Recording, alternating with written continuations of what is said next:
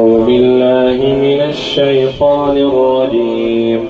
بسم الله الرحمن الرحيم. الحمد لله رب العالمين الرحمن الرحيم مالك يوم الدين. إياك نعبد وإياك نستعين. اهدنا الصراط المستقيم صراط الذين أنعمت عليهم غير المغضوب عليهم ولا الضالين.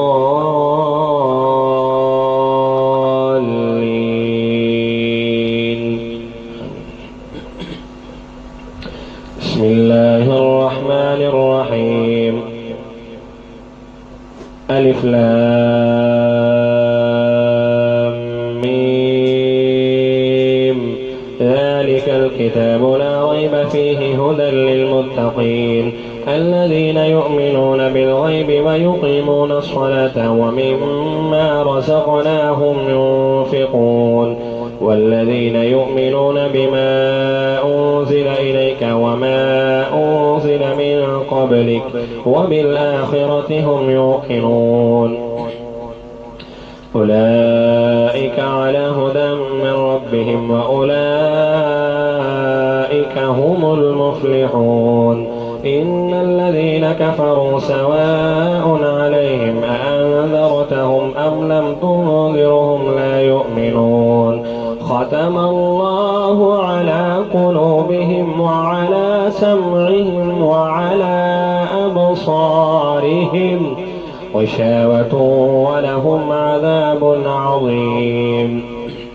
ومن الناس من يقول آمنا بالله وباليوم الآخر وما هم بمؤمنين يخادعون الله والذين آمنوا وما يخدعون إلا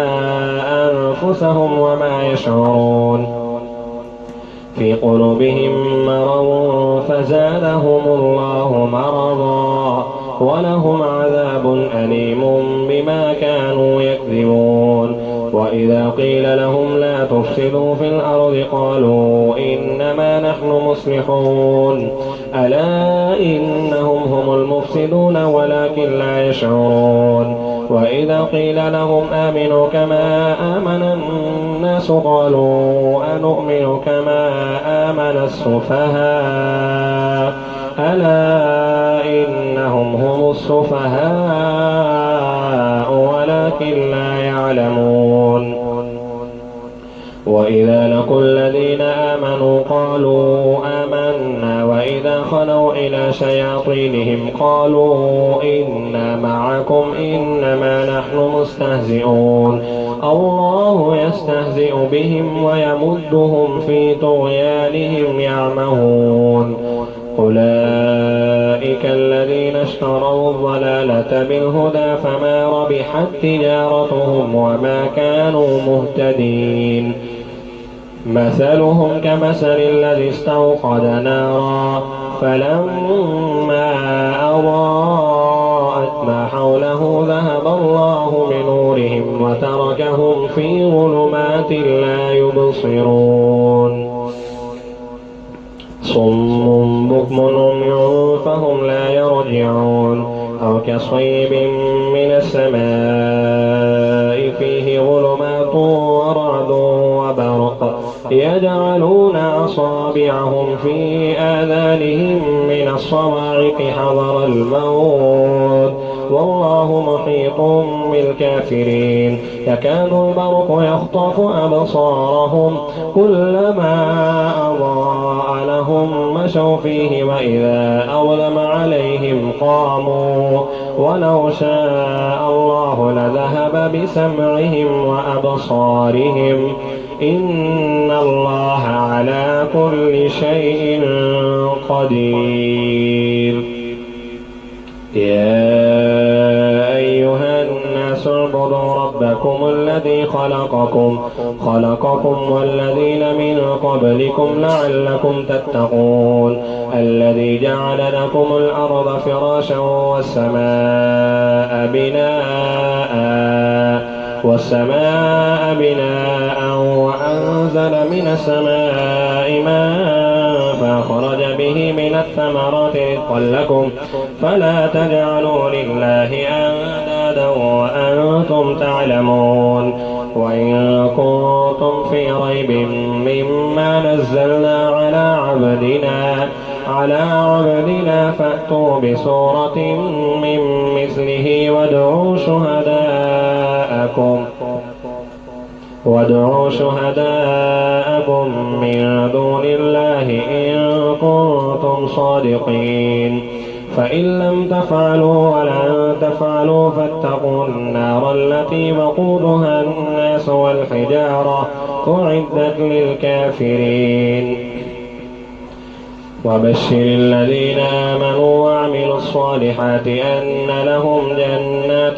تجري من تحتها الأنهار كلما رزقوا منها من ثمرة رزقا قالوا هذا الذي رزقنا من قبل وأتوا به متشابها ولهم فيها أزواج مطهرة وهم فيها خالدون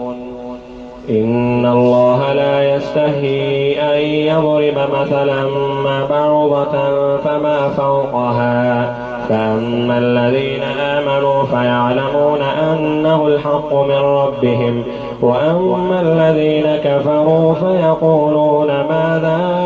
أراد الله بهذا مثلا يضل به كثيرا ويهدي به كثيرا وما يضل به إلا الفاسقين الذين ينقضون عهد الله من بعد ميثاقه ويقطعون ما أمر الله به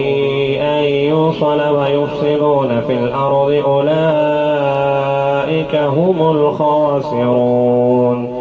كيف تكفرون بالله وكنتم أمواتا فأحياكم ثم يميتكم ثم يحييكم ثم إليه ترجعون هو الذي خلق لكم ما في الأرض جميعا ثم استوى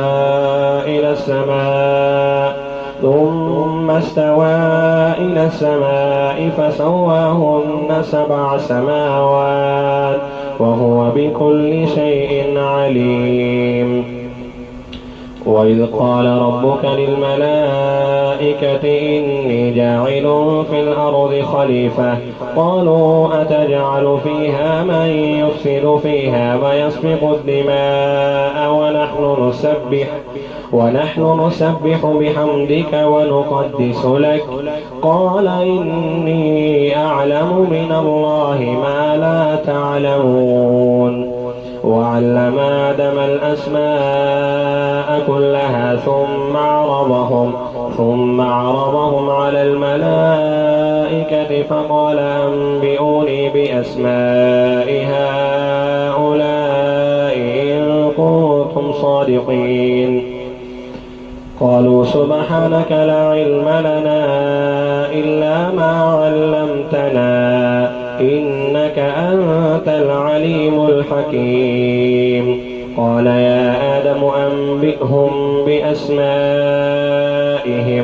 فلما أنبأهم بأسمائهم قال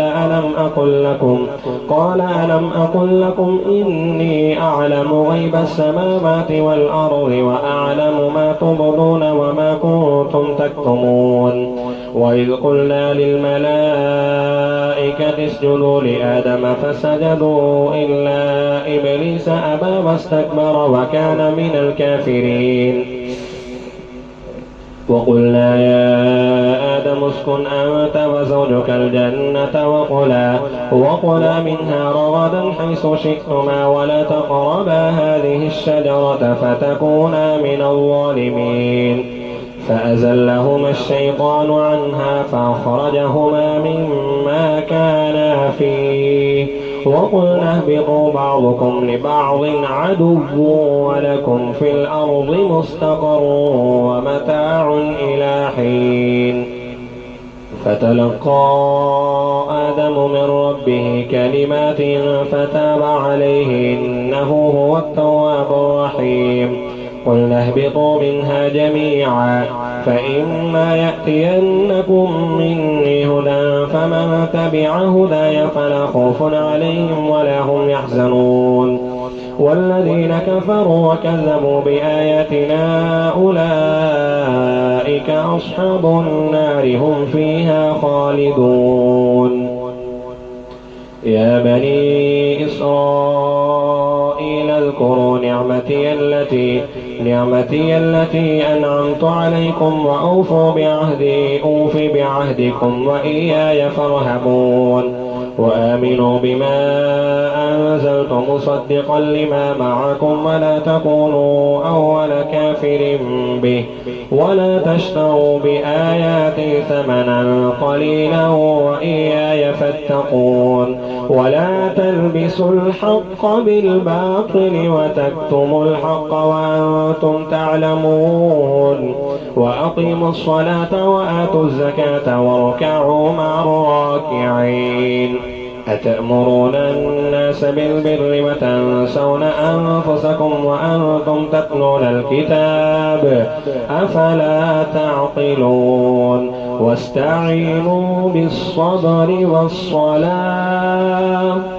وإنها لكبيرة إلا على الخاشعين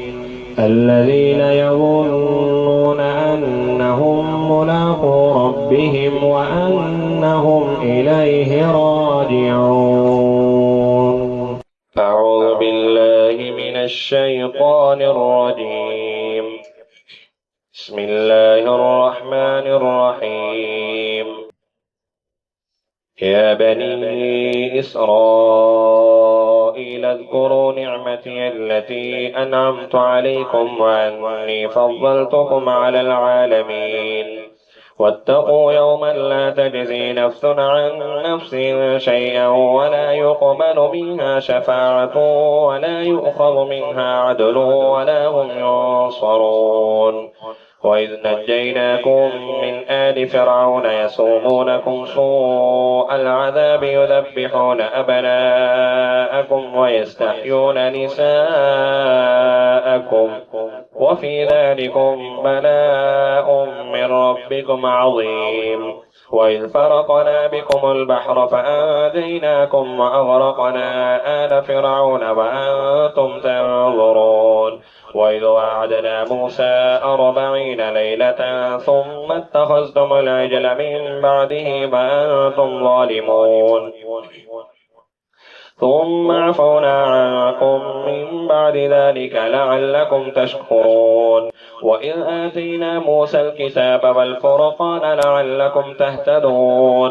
وإذ قال موسى لقومه يا قوم إنكم ظلمتم أنفسكم باتخاذكم العجل فتوبوا إلى بارئكم فاقتلوا أنفسكم ذلكم خير لكم عند بارئكم فتاب عليكم إنه هو التواب الرحيم. وإذ قلتم يا موسى لن نؤمن لك حتى نرى الله جهرة فأخذتكم الصاعقة وأنتم تنظرون. ثم بعثناكم من بعد موتكم لعلكم تشكرون. وذللنا عليكم الغمام وأنزلنا عليكم المن والسلوى كلوا من طيبات ما رزقناكم وما ظلمونا ولكن كانوا أنفسهم يظلمون. وإذ قلنا ادخلوا هذه القرية فكلوا منها حيث شئتم رغدا وادخلوا الباب سجدا وقولوا حطة نغفر لكم خطاياكم وسنزيد المحسنين. فبدل الذين ظلموا قولا غير الذي قيل لهم فأنزلنا على الذين ظلموا رجزا من السماء بما كانوا يفسقون. وإذ استسقى موسى لقومه فقلنا اضرب بعصاك الحجر فانفجرت منه 12 عينا قد علم كل أناس مشربهم كلوا واشربوا من رزق الله ولا تعثوا في الأرض مفسدين وإذ قلتم يا موسى لن نصبر على طعام واحد فادع لنا ربك يخرج لنا مما تنبت الأرض من بقلها وقثائها وفومها وعدسها وبصلها قال أتستبدلون الذي هو أدنى بالذي هو خير اهبطوا مصرا فإن لكم ما سألتم وضربت عليهم الذلة والمسكنة وباءوا بغضب من الله ذلك بأنهم كانوا يكفرون بآيات الله ويقتلون النبيين بغير الحق ذلك بما عصوا وكانوا يعتدون إن الذين آمنوا والذين هادوا والنصارى والصابئين من آمن بالله واليوم الآخر وعمل صالحا فلهم أجرهم عند ربهم ولا خوف عليهم ولا هم يحزنون وإذ أخذنا ميثاقكم ورفعنا فوقكم الطور خذوا ما آتيناكم بقوة واذكروا ما فيه لعلكم تتقون ثم توليتم من بعد ذلك فلولا فضل الله عليكم ورحمته لكنتم من الخاسرين ولقد علمتم الذين اعتدوا منكم في السبت فقلنا لهم كونوا قردة خاسئين فجعلناها نكالا لما بين يديها وما خلفها وموعظة للمتقين وإذ قال موسى لقومه إن الله يأمركم أن تذبحوا بقرة قالوا أتتخذنا هزوا قال أعوذ بالله أن أكون من الجاهلين قالوا ادع لنا ربك يبين لنا ما هي قال إنه يقول إنها بقرة لا فارض ولا بكر عوان بين ذلك فافعلوا ما تؤمرون قالوا ادع لنا ربك يبين لنا ما لونها قال إنه يقول إنها بقرة صفراء فاكع لونها تسر الناظرين قالوا ادع لنا ربك يبين لنا ما هي إن البقرة شابه علينا وإنا إن شاء الله لمهتدون قال إنه يقول إنها بقرة لا ذلول تثير الأرض ولا تسقي الحرث مسلمة لا شية فيها قالوا الآن جئت بالحق فذبحوها وما كادوا يفعلون وإذ قتلتم نفسا فادارأتم فيها والله مخرج ما كنتم تكتمون فقلنا اضربوه ببعضها كذلك يحيي الله الموتى ويريكم آياته لعلكم تعقلون ثم قست قلوبكم من بعد ذلك فهي كالحجارة أو أشد قسوة وإن من الحجارة لما يتفجر منه الأنهار وإن منها لما يشقق فيخرج منه الماء وإن منها لما يهبط من خشية الله وما الله بغافل عما تعملون أفتطمعون أن يؤمنوا لكم وقد كان فريق منهم يسمعون كلام الله ثم يحرفونه من بعد ما عقلوه وهم يعلمون وإذا لقوا الذين آمنوا قالوا آمنا وإذا خلا بعضهم إلى بعض قالوا أتحدثونهم بما فتح الله عليكم ليحاجوكم يحجوكم به عند ربكم أفلا تعقلون أولا يعلمون أن الله يعلم ما يسرون وما يعلنون ومنهم أميون لا يعلمون الكتاب إلا أماني وإن هم إلا يظنون فويل للذين يكتبون الكتاب بأيديهم ثم يقولون هذا من عند الله ليشتروا به ثمنا قليلا فويل لهم مما كتبت أيديهم وويل لهم مما يكسبون وقالوا لن تمسنا النار إلا أياما معدودة قل أتخذتم عند الله عهدا فلن يخلف الله عهده أم تقولون على الله ما لا تعلمون بلى من كسب سيئة وأحاطت به خطيئته فأولئك أصحاب النار هم فيها خالدون والذين آمنوا وعملوا الصالحات أولئك أصحاب الجنة هم فيها خالدون أعوذ بالله من الشيطان الرجيم بسم الله الرحمن الرحيم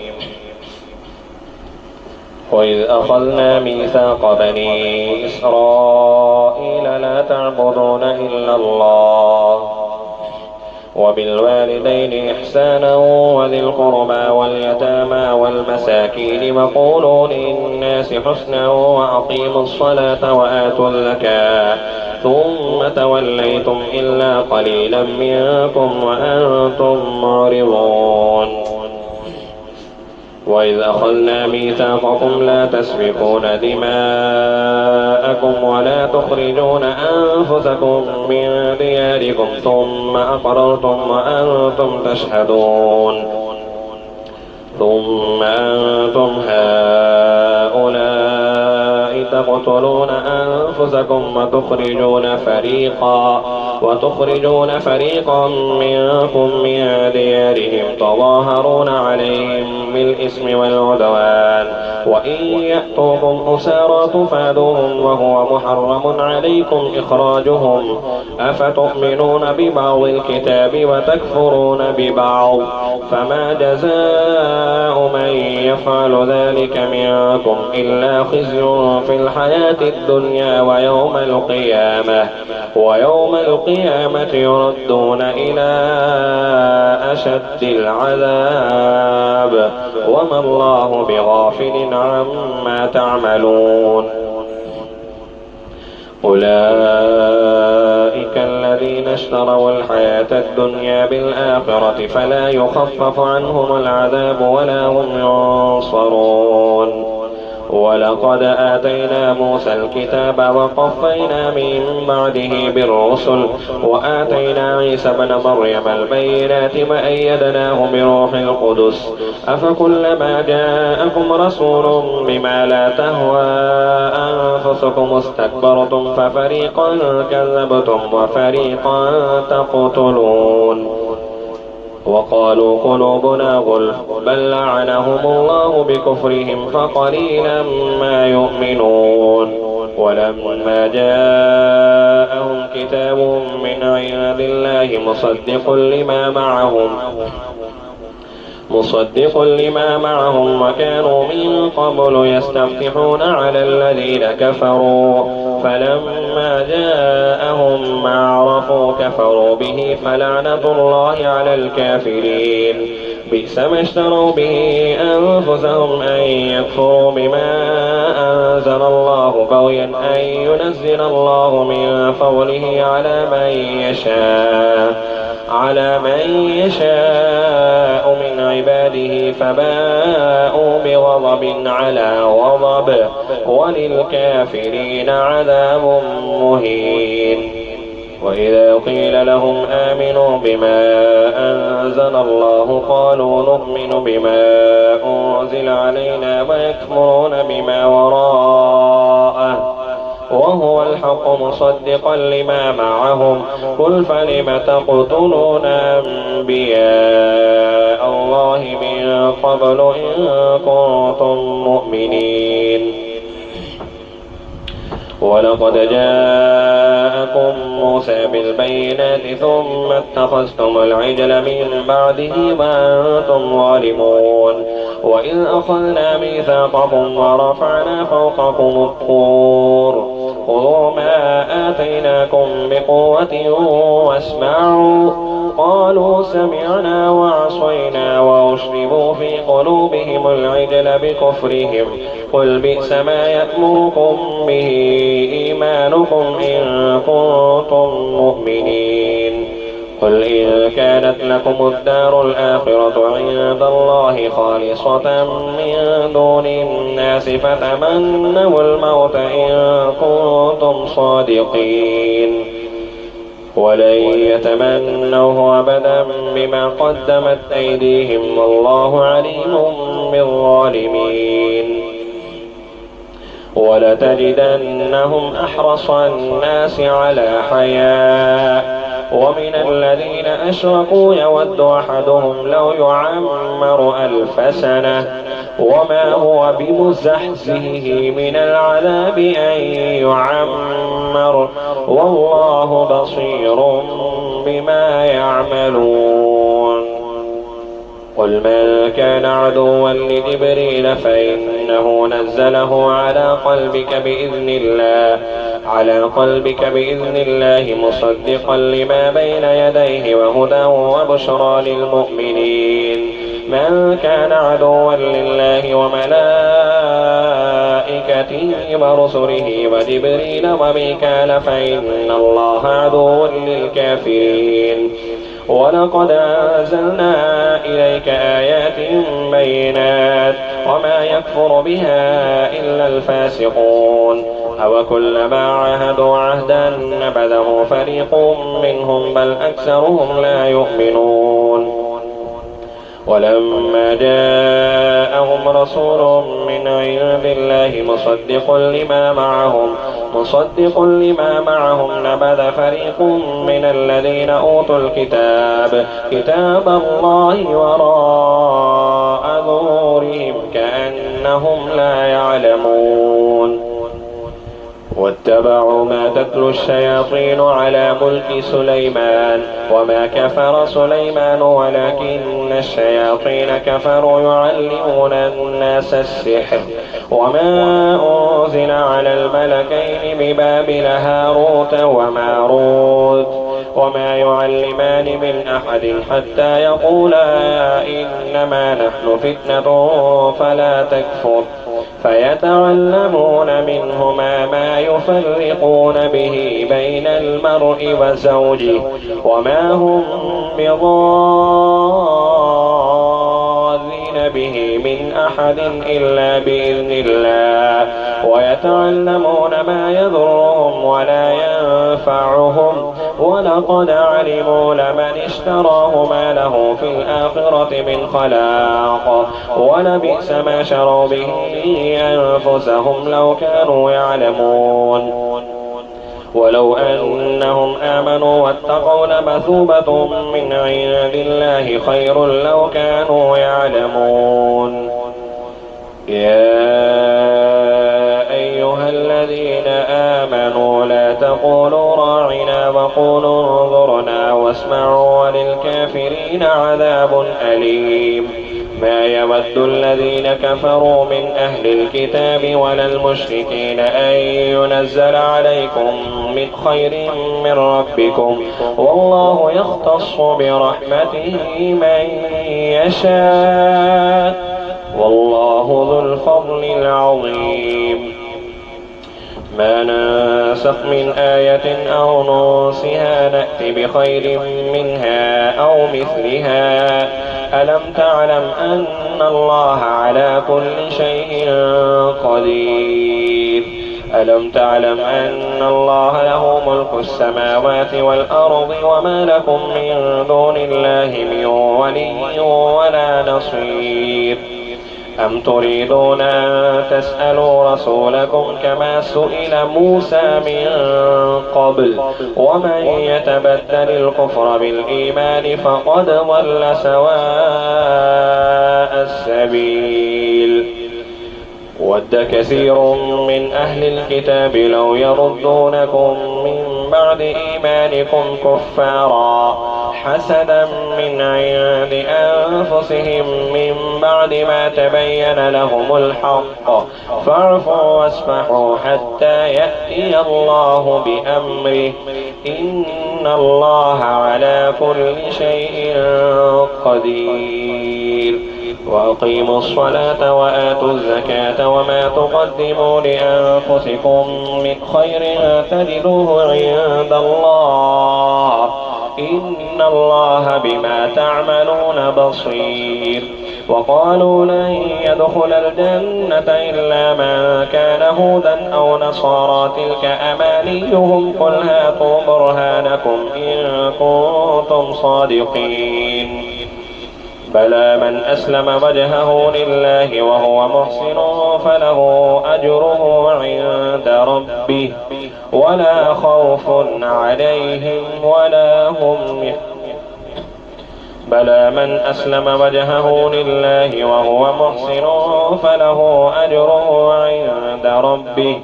ولا خوف عليهم ولا هم يحزنون أعوذ بالله من الشيطان الرجيم بسم الله الرحمن الرحيم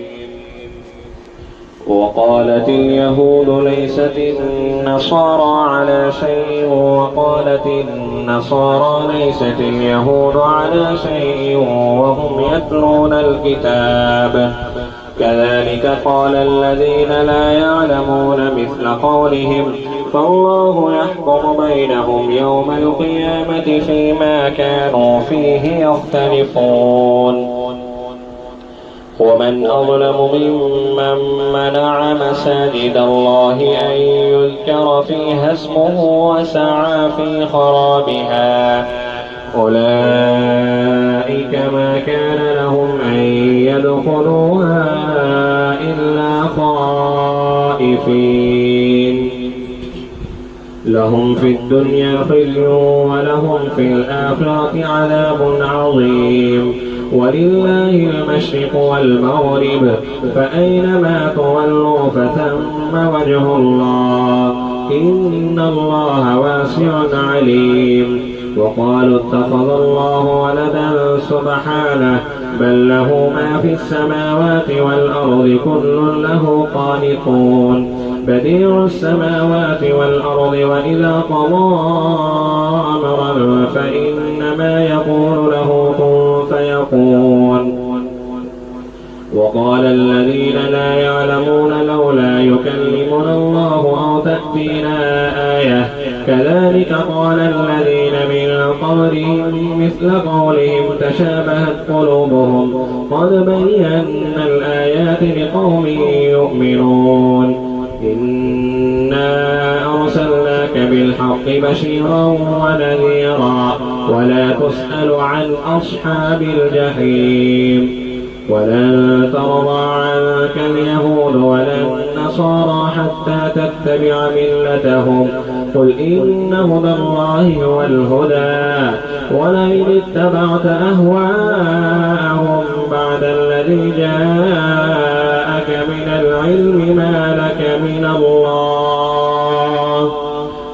لك من الله من ولي ولا نصير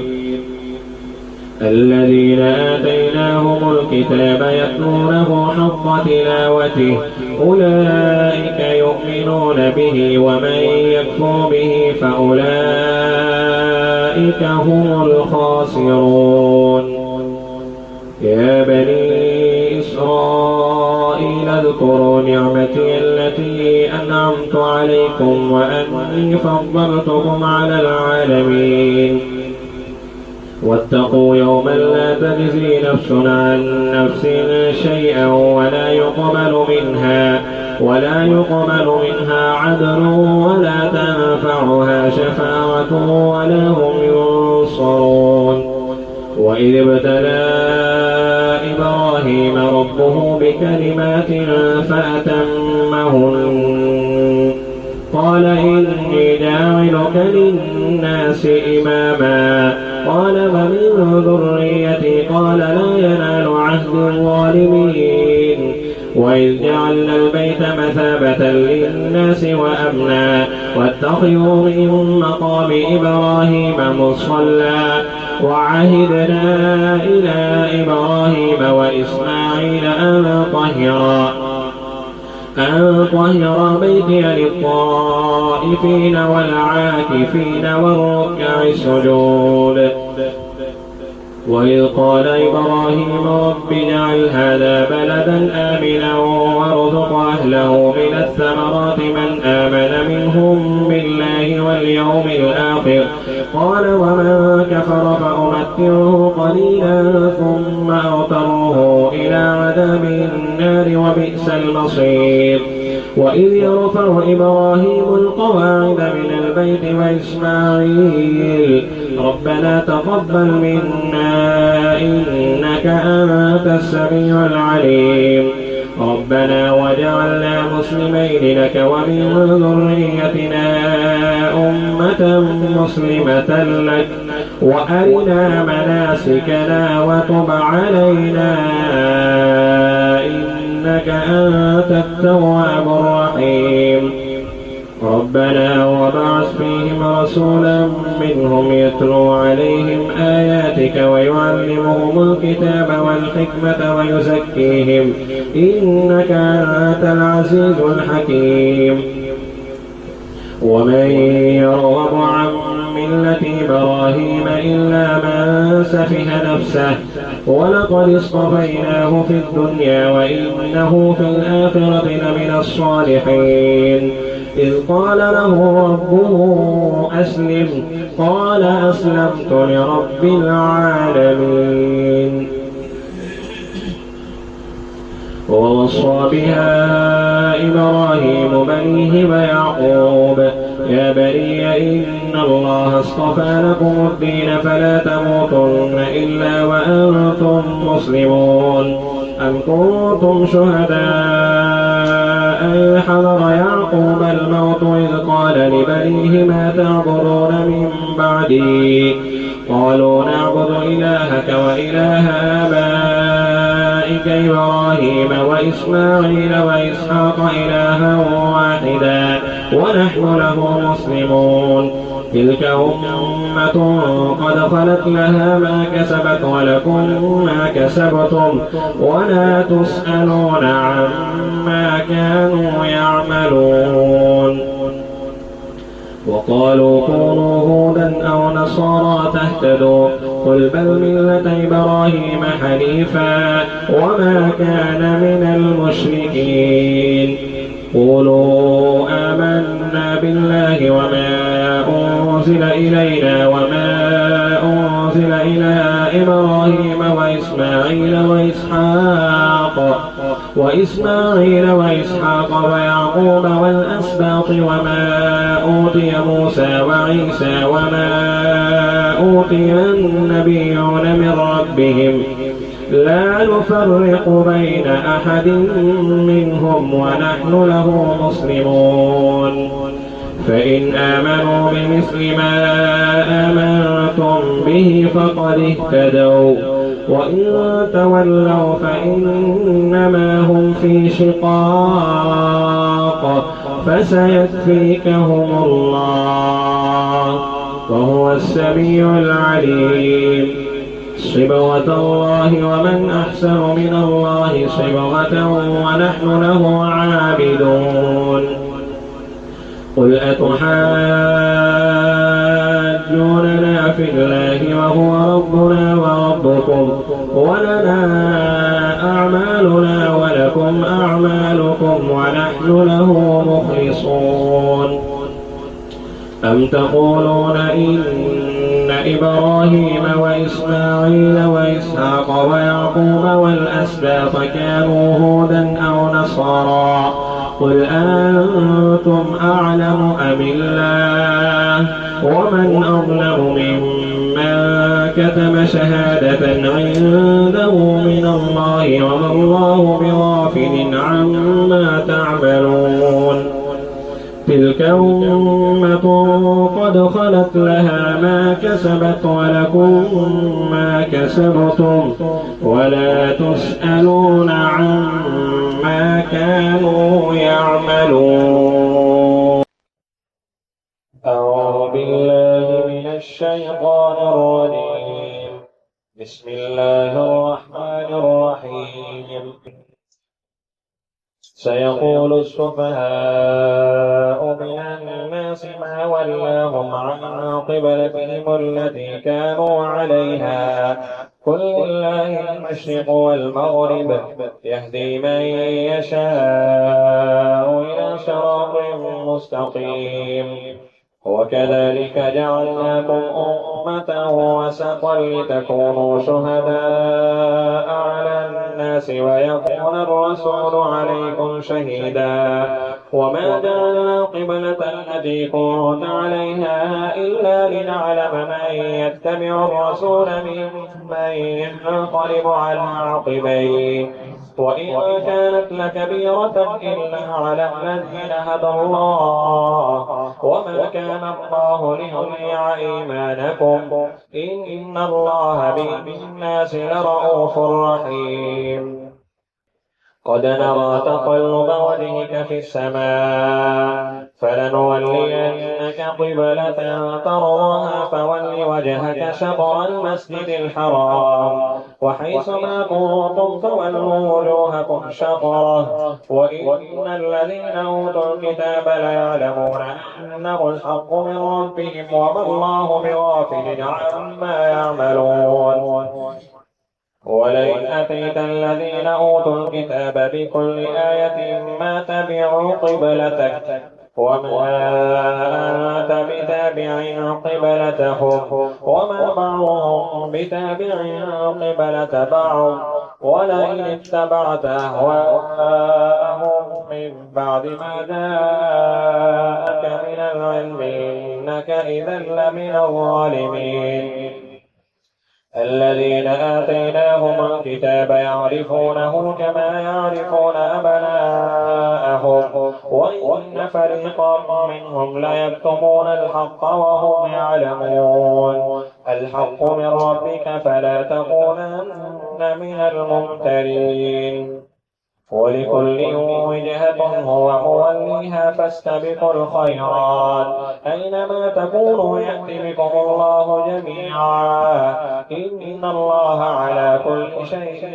قدير. ومن حيث خرجت فول وجهك شطر المسجد الحرام وإنه للحق من ربك وما الله بغافل عما تعملون. ومن حيث خرجت فول وجهك شطر المسجد الحرام وحيث ما كنتم فولوا وجوهكم شطره لئلا يكون للناس عليكم حجة إلا الذين ظلموا منهم فلا تخشوهم واخشوني ولأتم نعمتي عليكم ولعلكم تهتدون. كما أرسلنا فيكم رسولا منكم يتلو عليكم آياتنا ويزكيكم ويعلمكم الكتاب والحكمة ويعلمكم ما لم تكونوا تعلمون. فاذكروني أذكركم واشكروا لي ولا تكفرون. يا أيها الذين آمنوا استعينوا بالصبر والصلاة إن الله مع الصابرين. ولا تقولوا لمن يقتل في سبيل الله أموات بل أحياء ولكن لا تشعرون.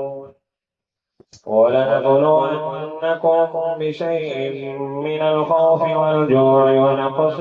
من الأموال والأنفس والثمرات وبشر الصابرين الذين إذا أصابتهم مصيبة قالوا إنا لله وإنا إليه راجعون أولئك عليهم صلوات من ربهم ورحمة وأولئك هم المهتدون إن الصفا والمروة من شعائر الله فمن حج البيت أو اعتمر فلا جناح عليه أن يطوف بهما ومن تطوع خيرا فإن الله شاكر عليم إن الذين يكتمون ما أنزلنا من البينات والهدى من بعد ما بيناه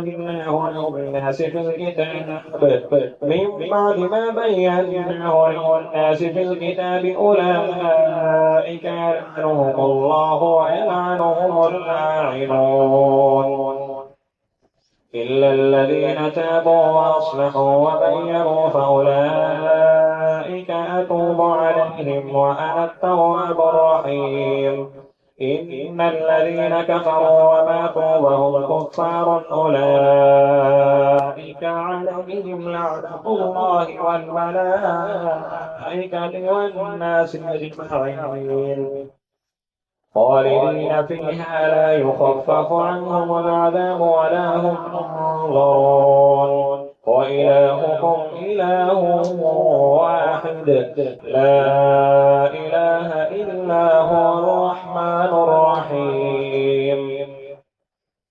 إن في خلق السماوات والأرض واختلاف الليل والنهار والفلك التي تجري في البحر بما ينفع الناس وما أنزل الله من السماء من ماء فأحيا به الأرض بعد موتها وبث فيها من كل وتصريف الرياح والسحاب المسخر بين السماء والأرض لآيات لقوم يعقلون ومن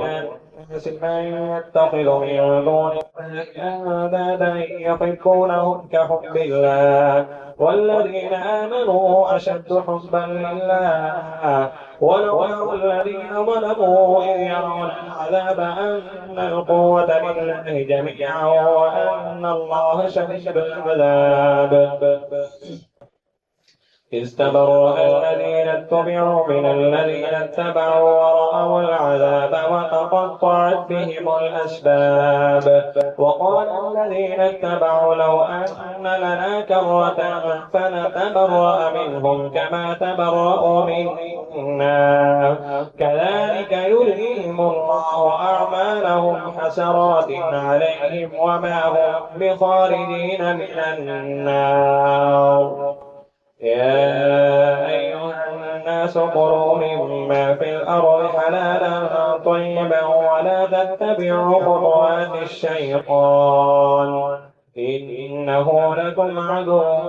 مبين إنما يأمركم بالسوء والفحشاء وأن تقولوا على الله ما لا تعلمون وإذا قيل لهم اتبعوا ما أنزل الله قالوا بل نتبع ما ألفينا عليه آباءنا أولو كان آباؤهم لا يعقلون شيئا ولا يهتدون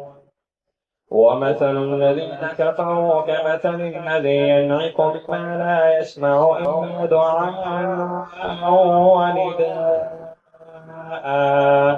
صم بكم عمي فهم لا يعقلون يا أيها الذين آمنوا كلوا طيبات ما رزقناكم واشكروا لله إن كنتم إياه تعبدون إنما حرم عليكم الميتة والدم ولحم الخنزير وما أهل به لغير الله فمن اضطر غير باغ ولا فلا إثم عليه إن الله غفور رحيم. إن الذين يكتمون ما أنزل الله من الكتاب ويشترون منه ثمنا قليلا أولئك ما يأكلون في بطونهم إلا النار ولا يكلمهم الله يوم القيامة ولا يزكيهم ولهم عذاب أليم. أولئك الذين اشتروا الضلالة بالهدى والعذاب بالمغفرة فما أصبرهم على النار ذلك بأن الله نزل الكتاب بالحق وإن الذين اختلفوا في الكتاب لفي شقاق بعيد.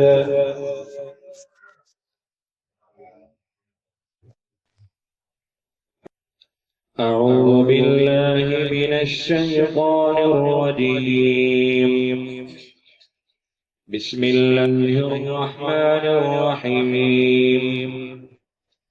ليس البر أن تولوا وجوهكم قبل المشرق والمغرب ولكن البر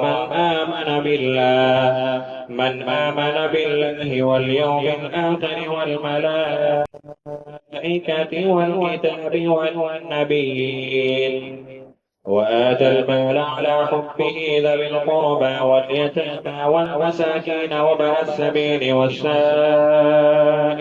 وفي الرقاب وأقام الصلاة وآتى الزكاة والموفون بعهدهم إذا عاهدوا والصابرين في البأساء والضراء وحين البأس أولئك الذين صدقوا وأولئك هم المتقون. يا أيها الذين آمنوا كتب عليكم القصاص في القتلى الحر بالحر والعبد بالعبد والأنثى بالأنثى فمن عفي له من أخيه شيء فاتباع بالمعروف وأداء إليه بإحسان ذلك تخفيف من ربكم ورحمة فمن اعتدى بعد ذلك فله عذاب أليم. ولكم في القصاص حياة يا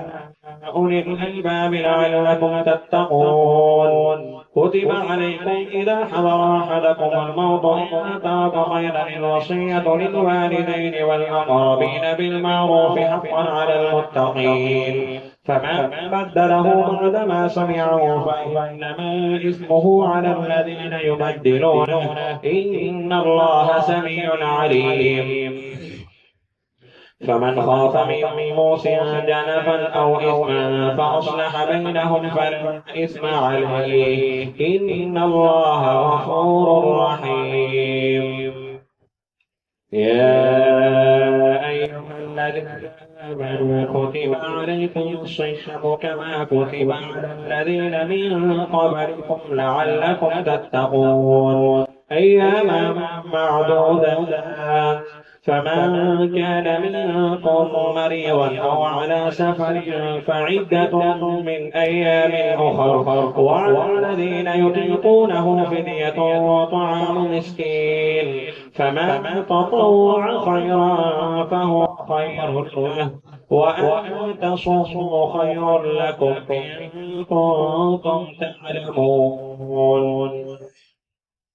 شهر رمضان الذي أنزل فيه القرآن هدى للناس وبينات من الهدى والفرقان فمن شهد منكم الشهر فليصم ومن كان مريضا أو على سفر فعدة من أيام أخر يريد الله بكم اليسر ولا يريد بكم العسر ولتكملوا العدة ولتكبروا الله على ما هداكم ولعلكم تشكرون. وإذا سألك عبادي عني فإني قريب أجيب دعوة الداعي إذا دعاني فليستجيبوا لي وليؤمنوا بي لعلهم يرشدون. وحل لكم ليلة الصيام الرفث إلى نسائكم هن لباس لكم وأنتم لباس لهم علم الله أنكم كنتم تختانون أنفسكم فتاب عليكم وعفى عنكم فالآن باشروهن وابتغوا ما كتب الله لكم وكلوا واشربوا حتى يتبين لكم الخيط الأبيض من الخيط الأسود من الفجر ثم أتيتم الصيام إلى الليل ولا تباشروهن وأنتم عاكفون في المساجد تلك حدود الله فلا تقربوها كذلك يبين الله آياته للناس لعلهم يتقون ولا تأكلوا أموالكم بينكم بالباطل وتدلوا بها إلى الحكام لتأكلوا فريقا من أموال الناس بالإثم وأنتم تعلمون يسألونك عن الأهلة قل هي مواقيت للناس والحج وليس البر بأن تأتوا البيوت من دورها ولكن البر من اتقى وأتوا البيوت من أبوابها واتقوا الله لعلكم تفلحون وقاتلوا في سبيل الله الذين يقاتلونكم ولا تعتدوا إن الله لا يحب المعتدين وقتلوهم حيث ثقفتموهم وأخرجوهم من حيث أخرجوكم والفتنة أشد من القتل ولا تقاتلوهم عند المسجد الحرام حتى يقاتلوكم فيه فإن قاتلوكم فاقتلوهم كذلك جزاء الكافرين فإن انتهوا فإن الله غفور رحيم وقاتلوهم حتى لا تكون فتنة ويكون الدين لله فإن انتهوا فلا عدوان إلا على الظالمين الشهر الحرام بالشهر الحرام والحرمات قصاص فمن اعتدى عليكم فاعتدوا عليه بمثل ما اعتدى عليكم واتقوا الله واعلموا أن الله مع المتقين وأنفقوا في سبيل الله ولا تلقوا بأيديكم إلى التهلكة وأحسنوا إن الله يحب المحسنين وأتموا الحج والعمرة لله فإن أحصرتم فما استيسر من الهدي ولا تهلكوا رؤوسكم حتى يبلغ الهدي محله فما كان منكم مريضا أو به أذى من رأسه ففدية من صيام أو صدقة أو نسك فإذا أمنتم فمن تمتع بالعمرة إلى الحج فما استيسر من الهدي فمن لم يجد فصيام 3 أيام في الحج و7 إذا رجعتم تلك 10 كاملة ذلك لمن لم يكن أهله حاضر المسجد الحرام واتقوا الله واعلموا أن الله شديد العقاب الحج أشهر معلومات فمن فرض فيهن الحج فلا رفث ولا فسوق ولا جدال في الحج وما تفعلوا من خير يعلمه وتزودوا فإن خير الزاد التقوى واتقون يا أولي الألباب ليس عليكم جرح تبتغوا فضلا بكم فإذا أفضتم من عرفات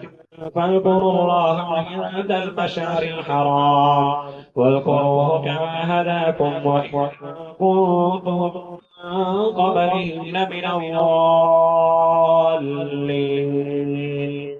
ثم أفيضوا من حيث أفاض الناس واستغفروا الله إن الله غفور رحيم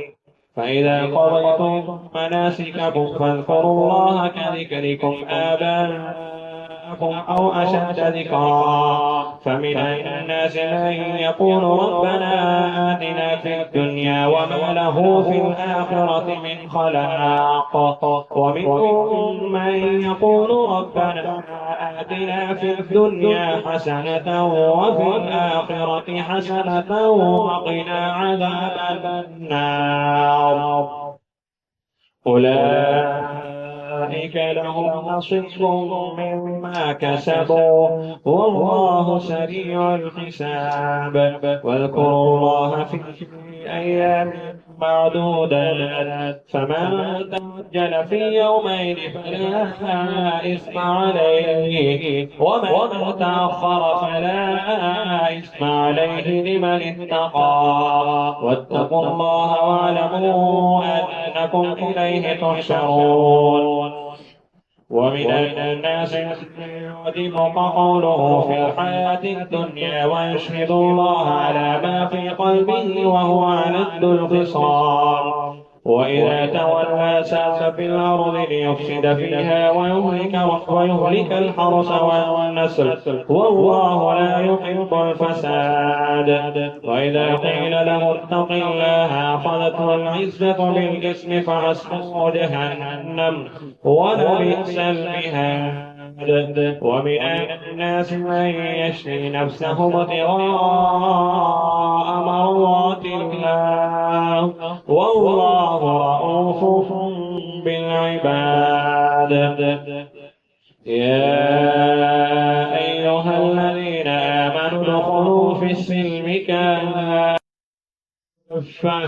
ولا تتبعوا خطوات الشيطان إنه لكم عدو مبين فإن زللتم من بعد ما جاءتكم البينات فاعلموا أن الله عزيز حكيم هل ينظرون إلا أن يأتيهم الله في ظلل من الغمام والملائكة وقضي الأمر وإلى الله ترجع الأمور أعوذ بالله من الشيطان الرجيم بسم الله الرحمن الرحيم سل بني إسرائيل كم آتيناهم من آية بينة ومن يبدل نعمة الله من بعد ما جاءته فإن الله شديد العقاب زين للذين كفروا الحياة الدنيا ويسخرون من الذين آمنوا والذين اتقوا فوقهم يوم القيامة والله يرزق من يشاء بغير حساب كان الناس أمة واحدة فبعث الله النبيين مبشرين ومنذرين وأنزل معهم الكتاب بالحق ليحكم بين الناس فيما اختلفوا فيه وما اختلف فيه إلا الذين أوتوه من بعد ما جاءتهم البينات بغيا بينهم فهدى الله الذين آمنوا لما اختلفوا فيه من الحق بإذنه والله يهدي من يشاء إلى صراط مستقيم أم حسبتم أن تدخلوا الجنة ولما يأتكم مثل الذين خلوا من قبلكم مستهم البأساء والضراء وزلزلوا حتى يقول الرسول والذين آمنوا معه متى نصر الله ألا إن نصر الله قريب يسألونك ماذا ينفقون قل ما أنفقتم من خير فللوالدين والأقربين واليتامى والمساكين وابن السبيل وما تفعلوا من خير فإن الله به عليم. كتب عليكم القتال وهو كره لكم، وعسى أن تكرهوا شيئا وهو خير لكم، وعسى أن تحبوا شيئا وهو شر لكم، والله يعلم وأنتم تعلمون. يسألونك عن الشهر الحرام قتال فيه، قل قتال فيه كبير وصد عن سبيل الله وكفر به والمسجد الحرام وإخراج أهله منه أكبر عند الله، والفتنة أكبر من القتل، ولا يزالون يقاتلونكم حتى يردوكم عن دينكم إن استطاعوا، ومن يرتد منكم عن دينه فيمت وهو كافر فأولئك حبطت أعمالهم في الدنيا والآخرة، وأولئك أصحاب النار هم فيها خالدون. إن الذين آمنوا والذين هاجروا وجاهدوا في سبيل الله أولئك يرجون رحمة الله، والله غفور رحيم. يسألونك عن الخمر والميسر، قل فيهما إثم كبير ومنافع للناس وإثمهما أكبر من نفعهما، ويسألونك ماذا ينفقون قل العفو، كذلك يبين الله لكم الآيات لعلكم تتفكرون في الدنيا والآخرة. ويسألونك عن اليتامى، قل إصلاح لهم خير، وإن تخالطوهم فإخوانكم، والله يعلم المفسد من المصلح، ولو شاء الله لأعنتكم إن الله عزيز حكيم. ولا تنكحوا المشركات حتى يؤمن، ولأمة مؤمنة خير من مشركة ولو أعجبتكم، ولا تنكحوا المشركين حتى يؤمنوا، ولعبد مؤمن خير من مشرك ولو أعجبكم، أولئك يدعون إلى النار، والله يدعو إلى الجنة والمغفرة بإذنه، ويبين آياته للناس لعلهم يتذكرون. ويسألونك عن المحيض، قل هو أذى فاعتزلوا النساء في المحيض ولا تقربوهن حتى يطهرن، فإذا تطهرن فأتوهن من حيث أمركم الله، إن الله يحب التوابين ويحب المتطهرين. نساؤكم حرث لكم فأتوا حرثكم أنى شئتم وقدموا لأنفسكم، واتقوا الله واعلموا أنكم ملاقوا، وبشر المؤمنين. ولا تجعلوا الله عرضة لأيمانكم أن تبروا وتتقوا وتصلحوا بين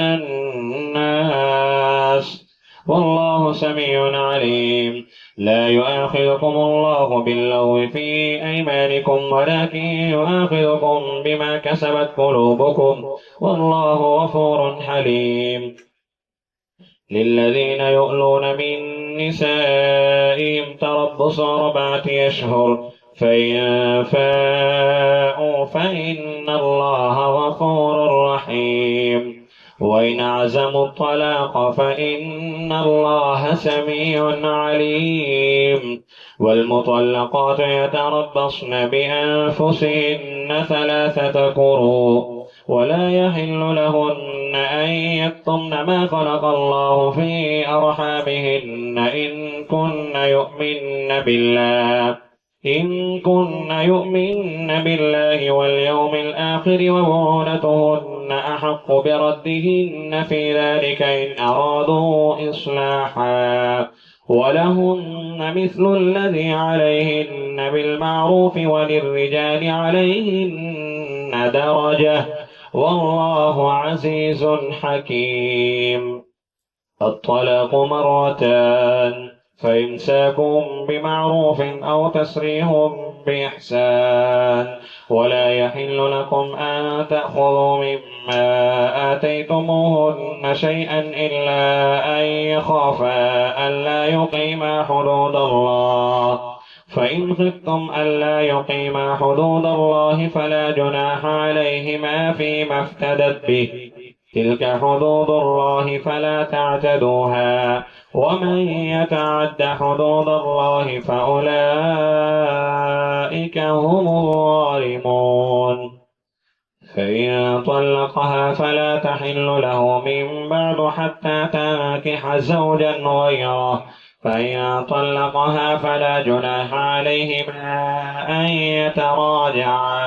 إن ظنا أن يقيما حدود الله وتلك حدود الله يبينها لقوم يعلمون وإذا طلقتم النساء فبلغن أجلهن فأمسكوهن بمعروف أو سرحوهن بمعروف ولا تمسكوهن ضرارا لتعتدوا ومن يفعل ذلك فقد ظلم نفسه ولا تتخذوا آيات الله هزوا واذكروا نعمة الله عليكم وما أنزل عليكم من الكتاب والحكمة يعظكم به واتقوا الله واعلموا أن الله بكل شيء عليم.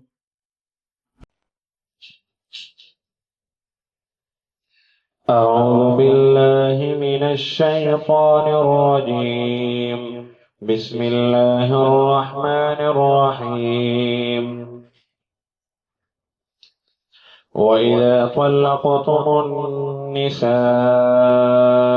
فبلغن أجلهن فلا تعزلوهن أن ينكحن أزواجهن إذا تراضوا بينهم بالمعروف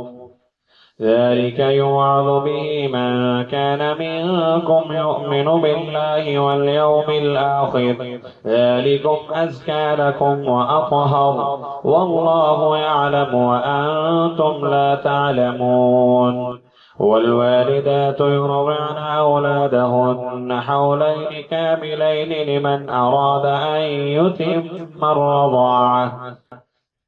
وعلى المولود له رزقهن وكسوتهن بالمعروف لا تكلف نفس إلا وسعها لا تضار والدة بولدها ولا مولود له بولده وعلى الوارث مثل ذلك فإن أرادا فصالا عن تراض منهما وتشاور فلا جناح عليهما وإن أردتم أن تسترضعوا أولادكم فلا جناح عليكم إذا سلمتم ما آتيتم بالمعروف واتقوا الله واعلموا أن الله بما تعملون بصير. والذين يتوفون منكم ويذرون أزواجا يتربصن بأنفسهن 4 أشهر وعشرا فإذا بلغن أجلهن فلا جناح عليكم فيما فعلن في أنفسهن بالمعروف والله بما تعملون خبير. ولا جناح عليكم فيما عرضتم به من خطبة النساء أو أكننتم في أنفسكم علم الله أنكم ستذكرونهن ولكن لا تواعدوهن سرا إلا أن تقولوا قولا معروفا ولا تعزموا عقدة النكاح حتى يبلغ الكتاب أجله واعلموا أن الله يعلم ما في أنفسكم فاحذروه واعلموا أن الله غفور حليم. لا جناح عليكم إن طلقتم النساء ما لم تمسوهن أو تفرضوا لهن فريضة ومتعوهن على الموسع قدره وعلى المقتر قدره متاعا بالمعروف حقا على المحسنين. وإن طلقتموهن من قبل أن تمسوهن وقد فرضتم لهن فريضة فنصف ما فرضتم إلا أن يعفون أو يعفو الذي بيده عقدة النكاح وأن تعفوا أقرب للتقوى ولا تنسوا الفضل بينكم إن الله بما تعملون بصير.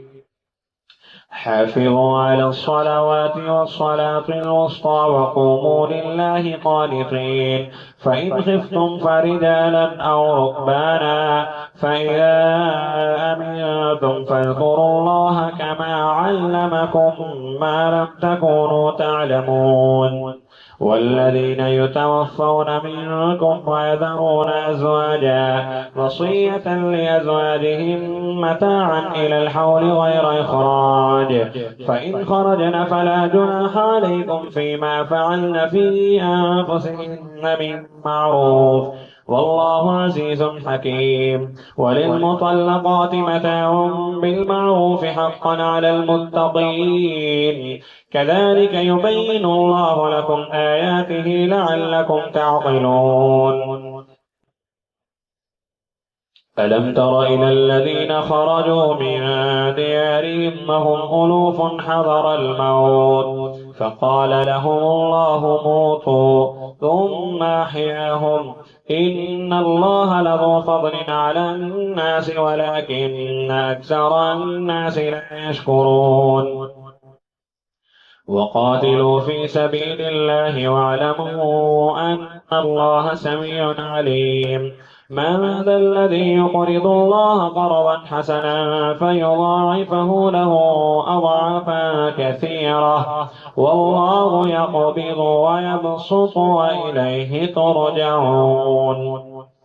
ألم تر إلى الملأ بني إسرائيل من بعد موسى إذ قالوا لنبي له ابعث لنا ملكا نقاتل في سبيل الله قال هل عصيتم إن كتب عليكم القتال ألا تقاتلوا قالوا وما لنا ألا نقاتل في سبيل الله وقد أخرجنا من ديارنا وأبنائنا فلما كتب عليهم القتال تولوا إلا قليلا منهم والله عليم بالظالمين. وقال لهم نبيهم إن الله قد بعث لكم طالوت ملكا قالوا أنى يكون له الملك علينا ونحن أحق بالملك منه ولم يؤت سعة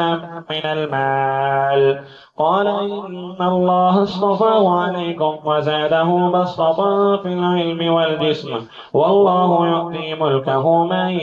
يشاء والله واسع عليم. وقال لهم نبيهم إن آية ملكه أن يأتيكم التابوت فيه سكينة من ربكم وبقية مما ترك آل موسى وآل هارون تحمله الملائكة إن في ذلك لآية لكم إن كنتم مؤمنين.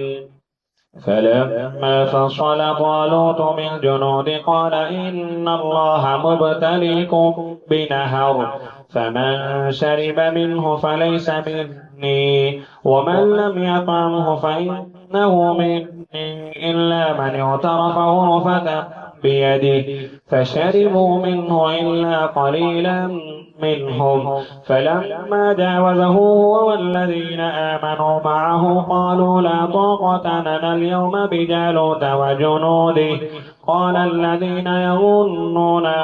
أنهم ملاقو الله كم من فئة قليلة غلبت فئة كثيرة بإذن الله والله مع الصابرين. ولما برزوا لجالوت وجنوده قالوا ربنا أفرغ علينا صبرا وثبت أقدامنا وانصرنا على القوم الكافرين فهزموهم بإذن الله وقتل داود جالوت وآتاه الله الملك والحكمة وعلمه مما يشاء ولولا دفع الله الناس بعضهم ببعض لفسدت الأرض ولكن الله ذو فضل على العالمين. تلك آيات الله نتلوها عليك بالحق وإنك لمن المرسلين.